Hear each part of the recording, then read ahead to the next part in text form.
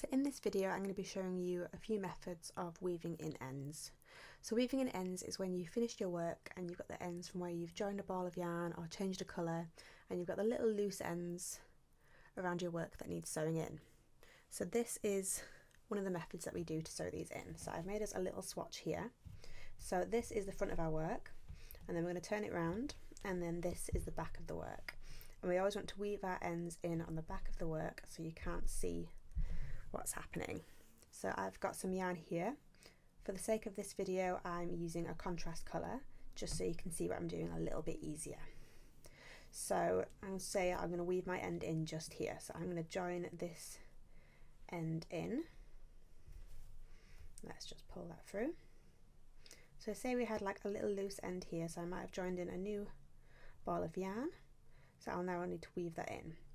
So to weave it in, we're going to work in these little bumps just here. So as you can see with the bumps, we have what I like to call the lower one and the upper one. You can see you've got your lower ones and your upper ones. So we're going to be working in contrast into each of those, and I'm going to be making like a little kind of loop stitch around the back of the work that will nicely secure our end in place. So I've got my yarn through my first stitch just here, and then I'm going to go to the left of this stitch into the upper bump, and I'm just going to pop it through like so, and then I'm going to go down through the next upper bump, so you've got the next one just here, and I'm going to go down. Whoop. Like so. And then I'm going to go back through the stitch that we first started with. And this might seem confusing at first, but you'll notice in a minute the pattern. And there you can see we've just created our first loop. So now I'm going to go on to make our second. So the second one I'm going to go through the lower bumps. So see I've got the lower one here. I'm going to go through the next lower one, and then you go through the stitch you've just worked. So you can do both stitches at the same time. And pull that through. And you can see how the effect's just starting to form. And then again I'm going to go to the next upper bump along, needle through, and then go back into the stitch that we came from.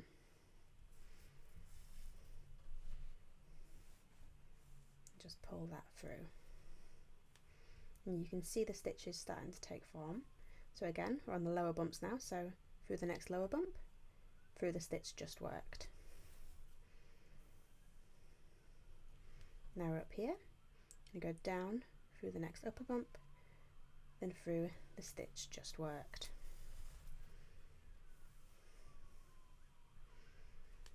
And you can see how we're almost creating like the same effect of knitting but on the back of the work.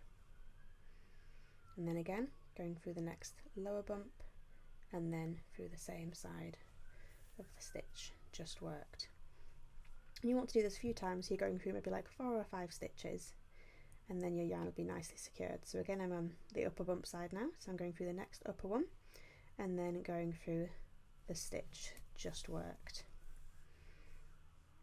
as so. And this creates a nice little effect. Now usually this will be in the same colour of the yarn that you've knit with, so it'll be even more invisible. And if I turn to this side, it is pretty much invisible. As I've used red, you can just see it, but if you're using the same colour, it makes it nice and not visible. Whereas, and then once you've done that, you'll just cut the end, and that is nice and secure. Now you want to be careful not to do it too tightly when you're sewing these in, as you don't want to ruin the fabric that you've made. So if you're worried about it being a bit tight, just give it a nice little pull, make sure it's nice and flexible with the yarn. And that is our main method of sewing in our ends. Now another way we can sew in ends is if we've done a seam. I've got a seam just here. We can also sew our ends into the seams. So I've got my nice right side here, so I'm turning to the wrong side, and you can see our seam just running through the middle. And then I've got my ends here, so these are the ends that I've sewn up with. Now with these sort of ends, you can just weave them into your seam. you can see I've started just there, so I'm just going to take this yarn and just weave it in. So almost just do like a few running stitches, and as well as fastening in your end by doing this, you're also just making the seam a little bit stronger as well.